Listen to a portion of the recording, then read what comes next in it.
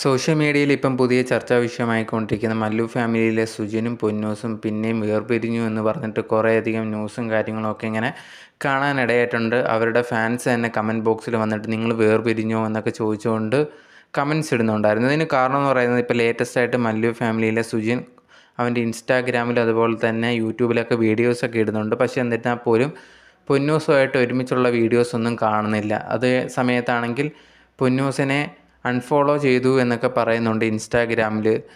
പൊന്നുവിൻ്റെ Instagram story നോക്കിക്കഴിഞ്ഞാൽ ഭയങ്കരമായിട്ടുള്ള സാഡായിട്ടുള്ള കുറേയധികം സ്റ്റോറീസൊക്കെ കാണാൻ സാധിക്കും. ഇതുകൊണ്ട് തന്നെ കുറേയധികം പേര് പറയുന്നുണ്ട് ഇവർ തമ്മിൽ പിരിഞ്ഞിട്ടുണ്ട് എന്നുള്ളൊരു കാര്യം.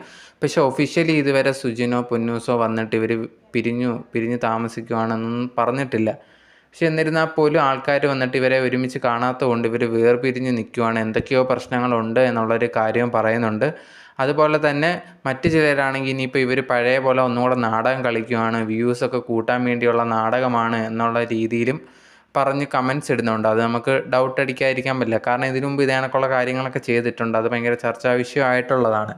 എന്തായാലും ഈ ഒരു പ്രാവശ്യം എന്താണ് സംഭവമെന്നോ അല്ലെങ്കിൽ ഇവർ പിരിഞ്ഞ് തന്നെ താമസിക്കുകയാണോ അത് ചുമ്മാ തോന്നുന്നതാണോ എന്നൊന്നും അറിയത്തില്ല.